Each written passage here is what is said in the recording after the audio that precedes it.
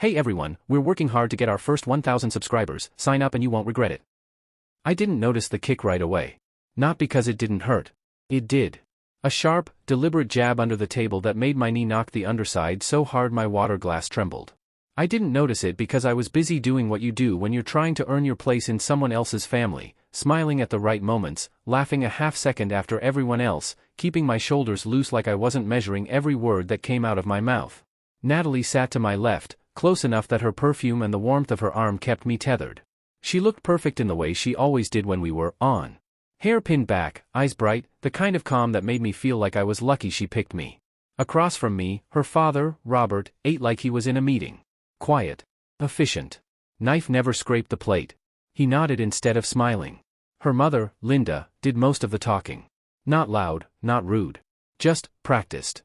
The kind of woman who could make you answer a question and feel like you volunteered it. To Natalie's right was her sister, Harper. Younger by a few years, sharper by a decade. She'd been polite all evening, but not warm. She watched people the way you watch a game you already know the ending to. We were at Linda and Robert's house in the suburbs, wide kitchen, heavy wood table, framed family photos arranged like proof. Everything had a place. Even the little bowl of lemons on the counter looked staged. Natalie had called this just dinner, but the way her mom plated the roast, the way her dad wore a collared shirt on a weeknight, the way Natalie kept checking my face like I might slip, it wasn't just dinner. It was an evaluation. I'd passed the easy parts. Where I grew up. What I do for work. How I met Natalie. Whether I'd been married before. Whether I wanted kids. Normal stuff, if you ignore the way Linda asked it like she was collecting data. Then the table went quiet, the way it does right before someone says what they actually came to say. Linda set her fork down. Not dramatically. Just, final. She looked at me and asked one question. It wasn't about love. It wasn't about plans for the wedding venue or the guest list or whether I'd convert to their church or how we'd handle holidays. It was about money, not in a blunt way, but in the way people ask when they already know the answer and want to see if you'll lie. She asked it sweetly. Like she was checking on my comfort. And before my brain even finished processing what she was really asking, Harper's foot shot out and kicked me under the table. Hard. A warning. Natalie's hand tightened around mine so fast it felt like a signal too, except hers wasn't to protect me. It was to control me. I looked at Harper. Her face didn't change. No raised eyebrow, no head shake. Just a steady stare like she was telling me, without words, don't. Linda waited, patient as a judge. I stalled, did that thing where you smile while your mind races, trying to figure out what the trap is. Because that's what it felt like a trap hidden inside a normal sentence. Natalie leaned in slightly, close enough that I could feel her breath near my ear. She didn't say anything outright, but the pressure of her fingers against mine was its own instruction. I gave a careful answer. The kind of answer that sounds honest without giving details. I kept my voice even. I tried to stay relaxed. Linda nodded like she'd gotten exactly what she wanted. Robert didn't look at me. He looked past me, toward the end of the table where a thin folder sat near his elbow, plain, tan, the kind of folder that doesn't belong at a family dinner. I hadn't noticed it when we sat down. Now I couldn't stop noticing it. Harper took a sip of wine, still watching me. The corners of her mouth twitched like she was holding something back. Natalie's smile stayed in place, but it wasn't reaching her eyes anymore. Dinner continued, somehow, with small talk about work and weather and the neighborhood. But the room had shifted. I felt it in my ribs. Like I'd stepped onto ice that didn't crack, but started to sing under my weight. On the drive home, Natalie turned the radio up too loud and talked too much, about how great it went, how her mom really likes me, how I worry too much. Harper's kick replayed in my head like a pulse. And when we pulled into my apartment complex, Natalie kissed me goodnight with that same polished certainty, then she paused at my door and looked back at me like she was checking whether I was still under control. After she left, I stood in my kitchen with the lights off, staring at my phone. I could have let it go. I could have told myself Harper was just awkward, that I imagined it, that Linda's question was normal. But my knee still ached. And somewhere under that ache was a colder feeling. They weren't asking because they were curious. They were asking because they were preparing. I didn't sleep much. By morning, I decided I needed to know what was in that folder. Because whatever it was, Harper had just risked something by warning me. And that meant it wasn't small. That afternoon, I did something I'd never done in any relationship. I opened Natalie's laptop while she was in the shower. And I found the folder before I even knew what I was looking for. I didn't go in with some movie villain plan. I didn't have a hidden camera, didn't wear gloves, didn't hack a password like I was auditioning for a crime show. I did it because my gut wouldn't shut up, and I've learned the hard way that when your gut gets loud, it's usually because your brain is trying to stay polite. Natalie's laptop was on the couch, plugged in, lid closed like a sleeping animal. When I opened it, the screen lit up immediately. No password. That should have been a comfort. It wasn't. I told myself I'd just check her calendar. Look for anything about meeting with dad or bank appointment. Something to explain why a folder showed up at dinner. That's how it starts, right? With a reasonable excuse you can live with. Her desktop was clean. Almost too clean. A few folders with bland names. Photos. Work. And then one folder that didn't match the rest. It was labeled with a date, 2 weeks away. The same weekend as our wedding deposits were due. Inside were PDFs. Lots of them. Most were scans, signatures, letterheads, things with watermarks. My eyes snagged on words I didn't expect to see connected to my life: guarantor, liability, collateral. Then my name. Not typed as a casual reference. Typed in a line where a name belongs. I stopped breathing for a second, like my body thought if I stayed still enough, reality might rewind. There was a document with multiple signature blocks. Robert's. Linda's. Natalie's. And one block with my name pre-filled. I clicked through, hard doing that tight, fast thing that feels like panic and clarity at the same time. It wasn't a prenup. It wasn't a wedding contract. It was a personal guarantee tied to a business loan. The borrower wasn't Natalie. It was an LLC I didn't recognize. But I recognized the address. It was their house. Same street. Same zip code. And the amount. It wasn't small. It was the kind of number that changes your life even if you never touch the money. I scrolled. My eyes flicked over dense paragraphs like my brain could absorb legal language by force. Then I saw something that made my skin go cold. There was a signature on my line. Not a blank. Not a placeholder. A signature. Mine. Except, not mine. It looked like mine from far away, same shape, same swoop at the end, but wrong in a way that made my stomach turn. Like someone copied it off a check and traced it with confidence. I heard the shower turn off. I closed the laptop like it burned my hands. I stood there, trying to decide what to do with the next 30 seconds of my life.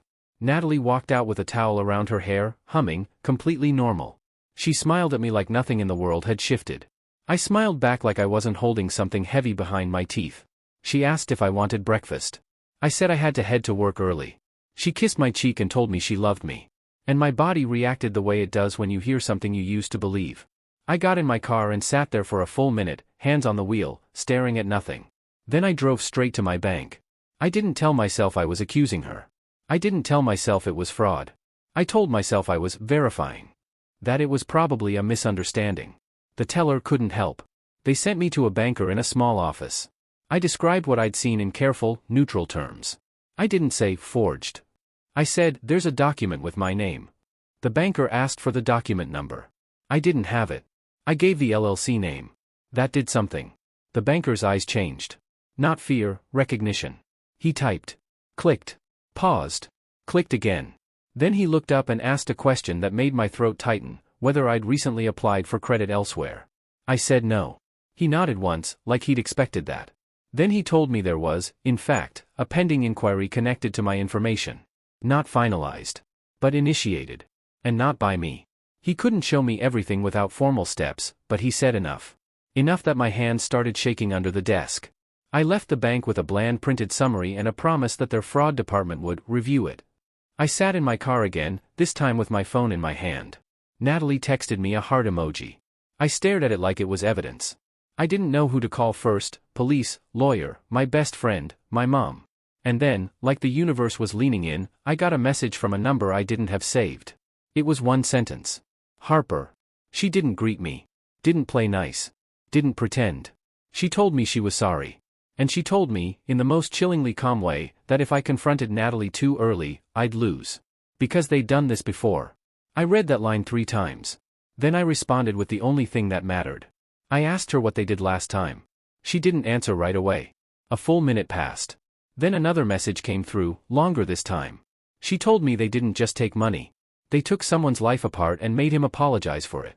And the worst part? She said Natalie was better at it than their parents. My stomach dropped. I looked up at the road ahead like I was seeing it for the first time. And I realized something that made the air feel thin. Harper's kick wasn't just a warning. It was an invitation. A choice. Because if she was reaching out now, it meant she was ready to turn on her own family. And if she was ready to do that, then whatever Natalie was planning for me was already in motion. That night Natalie came over with her usual glow, talking about wedding flowers and seating charts like we were still living inside the same story. I nodded. I smiled. I played my part. But in my pocket, my phone recorded everything.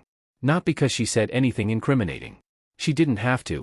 Because the next morning, when I checked my email, I saw a notification from a lender I'd never contacted. Subject line, "Congratulations, your application is approved." And the name on the application? Was mine. The weird thing about betrayal is how ordinary it looks up close. It doesn't always arrive like a slap. Sometimes it arrives like a calendar invite. An approval email.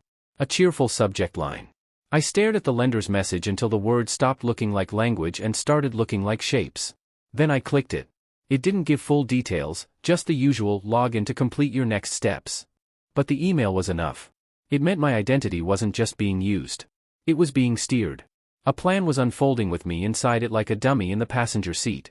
I forwarded the email to myself, took screenshots, saved everything to a separate drive. I started doing things like that, quietly, obsessively, because once you realize you're in someone else's story, the only way out is evidence. I didn't confront Natalie. Not yet. I met Harper the next day in a coffee shop halfway between my office and their neighborhood. She arrived in a baseball cap and a dark coat like she was going somewhere she didn't want to be seen. Her hands shook a little when she picked up her cup. Not from nerves, exactly. From exhaustion. She didn't waste time. She didn't tell me a dramatic tale, didn't cry, didn't ask for forgiveness on anyone's behalf. She gave me a timeline. She told me their family had a pattern. They'd find someone stable, someone with good credit and a predictable temperament, someone who didn't like conflict. They'd bring him into the family fast. Make him feel chosen. Make him feel safe.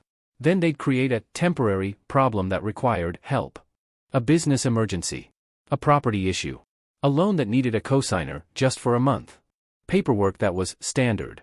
A signature that was just for the bank to verify. Then the switch. The loan would fund, the money would move, and when the target started asking questions, they'd flip the script. They'd accuse him of being controlling. Paranoid. Financially abusive. Unstable. They'd have texts ready. Witnesses ready. Smears ready. They'd make him the villain of his own rescue attempt. Harper told me the last guy wasn't poor afterward. But he wasn't the same either. He paid to make it stop. He apologized to keep his job.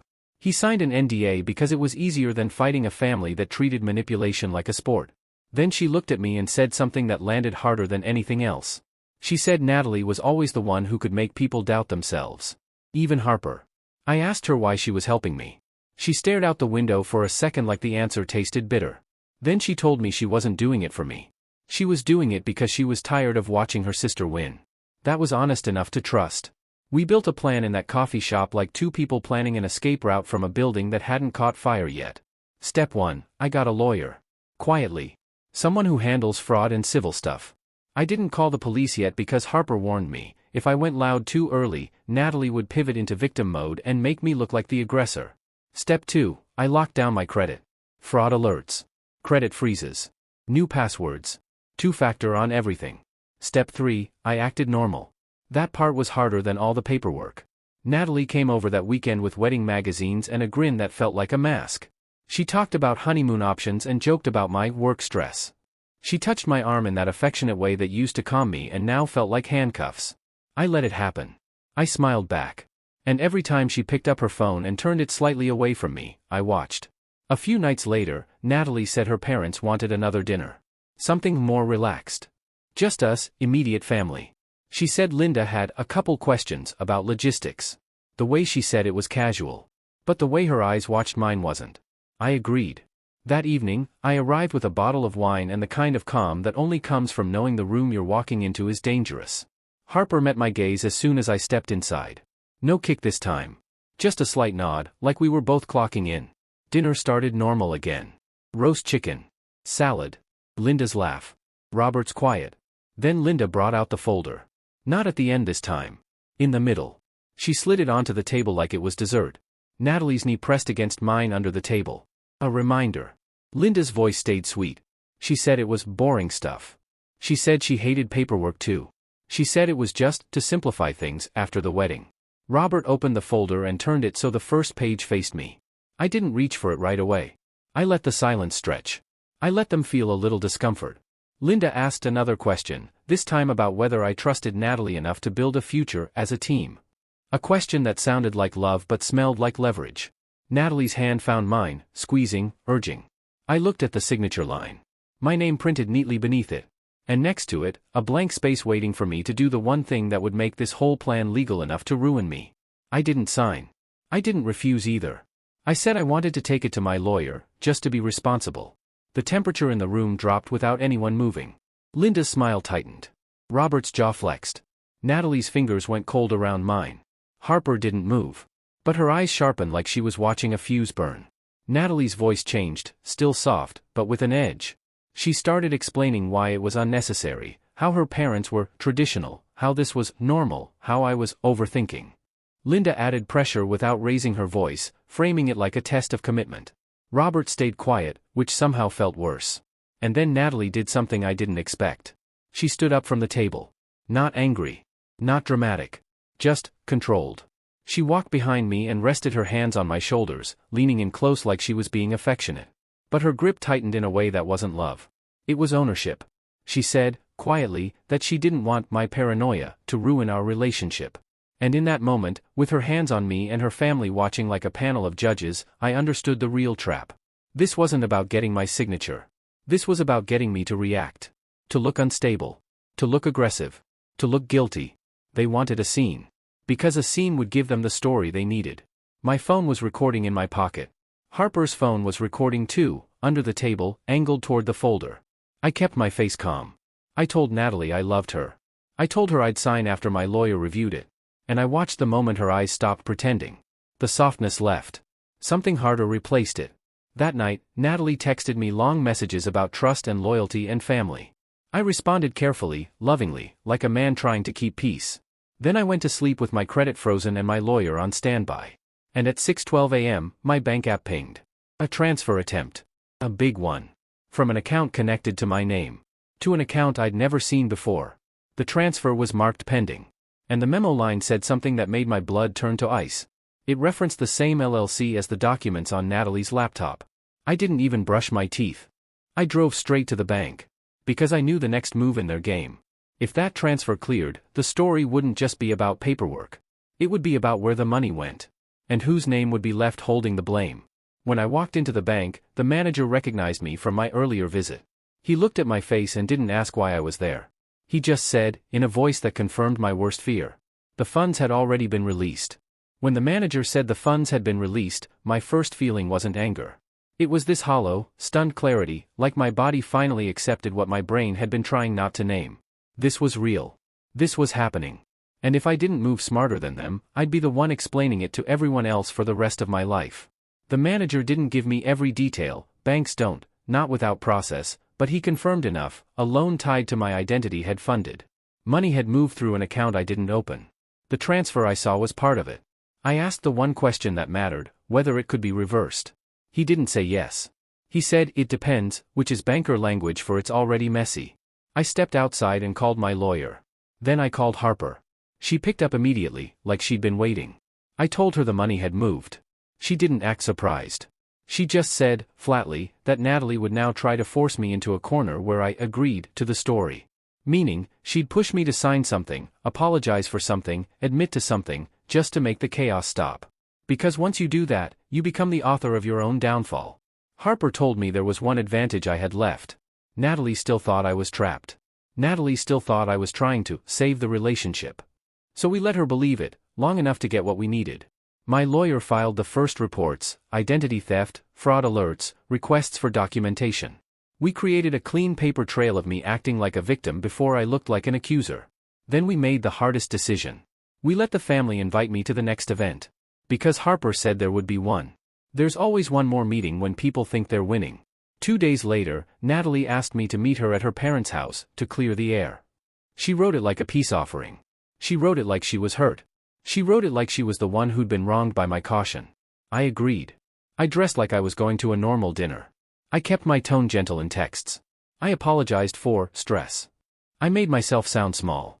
And before I walked in, I turned on my phone's recording again. Harper's car was already there. That surprised me until I saw her standing in the driveway, arms crossed, like a guard. Natalie opened the door and hugged me too tightly. Inside, Linda had tea set out like we were in a sitcom. Robert sat in the living room with the folder again, thicker this time. They didn't mention the loan directly at first. They framed it as a misunderstanding. They framed it as help. They framed it as me being dramatic and them being patient. Natalie sat close enough to touch me, which I now understood wasn't affection. It was containment. They slid papers toward me. Not the same ones as before. New ones. These didn't look like loan forms. They looked like agreements. Statements. Documents that felt like they were designed for one purpose, to lock me into a version of events where I consented to everything. Linda asked me to sign so we could move forward. Robert asked me to sign so the bank could stop calling. Natalie asked me to sign so we could get back to us. I didn't sign. I did something else instead, something my lawyer and I had planned for if they pushed hard. I asked a simple question, calmly, about where the money went. Not as an accusation. As a confused fiancé trying to understand. Natalie tried to answer without answering. She redirected into feelings. Trust. Family. Linda tried to make it about my commitment. Robert tried to stay quiet again. But Harper, who'd been silent, finally spoke. Not with emotion. With facts. She laid out details that matched what I'd found, the LLC, the address, the pattern. She said she'd kept copies from the last time. She said she'd already provided them to my lawyer. Linda's face changed. Not fear at first, offense. Like Harper had violated some unspoken rule. Then Robert stood up quickly, too quickly, and the folder tipped. Papers slid out onto the coffee table. And one of them, one I hadn't seen yet, had a familiar stamp on it. A court header. It wasn't for me. It was for someone else. A previous fiancé. A protective order filing. A narrative of controlling behavior, financial abuse, threats. A script. They weren't just stealing money. They were building an exit strategy where the target looked dangerous. I looked at Natalie then, really looked. Her eyes weren't pleading. They were calculating. And that was the moment the wow twist landed, not like a dramatic reveal, but like a door opening. Natalie wasn't being dragged along by her parents. She was the architect. Linda and Robert were the stage crew. Harper was the only one who'd refused her role. Natalie reached for my hand again. That move was sweetness as leverage. But I pulled back. I stood up, calmly, and said I couldn't be part of this anymore. Natalie's expression snapped, not into rage, but into something colder. She started shifting into victim mode immediately. I watched it happen in real time, her posture, her voice, the way she looked at her parents like she was scared. Like she'd rehearsed it. Linda moved fast too, calling me unstable without saying the word. Robert stepped between us like I was a threat. It was almost impressive, how smooth it was. Except this time, we had the recordings. We had the documents. We had the bank trail. And Harper, standing near the doorway, did something that told me she'd been planning her own escape longer than I realized. She pulled out her phone and hit send on an email chain, right there in front of them. She told them she'd already forwarded everything to an investigator she'd been in contact with. Not a friend. Not a lawyer cousin. An actual investigator. Linda's face went pale. Robert's mouth opened, then closed, like he finally understood he wasn't dealing with family dinner politics anymore. Natalie didn't cry. She didn't scream. She went still. Because she knew what that meant, the story wouldn't be hers to control. I left. I didn't argue. I didn't threaten. I didn't beg for closure. I walked out like a man who finally saw the room he'd been trapped in. Over the next few weeks, the consequences landed in slow, heavy waves. Fraud departments. Police reports. Legal letters. The lender opened an investigation. My lawyer worked the process. It wasn't instant justice, real life rarely is, but the momentum shifted away from me being the problem. Natalie tried to call at first. Then she tried to email. Then she tried to use mutual friends. I didn't respond. Harper sent one text, she hoped I didn't hate her for waiting so long. I didn't. Because the truth is, if she hadn't kicked me under that table, I would have signed something that night. I know myself. I would have tried to be the good guy. She saved me from that. And in saving me, she also saved herself, because she finally stepped out of Natalie's shadow and made their family's private business public. The wedding didn't happen. My credit recovered, slowly. The money trail didn't magically disappear, but it didn't land on me the way it would have if I'd panicked, yelled, or signed anything to keep peace. That's the part one keep thinking about. They weren't just trying to steal money. They were trying to steal my reaction. Because if I'd given them the wrong one, I would have spent years paying for it, financially, emotionally, publicly. Instead, the only thing I lost was an illusion. And honestly, That was the cheapest part of the whole ordeal. Because the last time I saw Natalie, months later, across a parking lot outside a courthouse, she looked right through me like I was a stranger. No remorse. No rage. Just the calm of someone already planning her next move. And I realized something that felt like the final piece of justice. She didn't break me. She just showed me exactly who she was. And that was enough to make sure she never got access to my life again.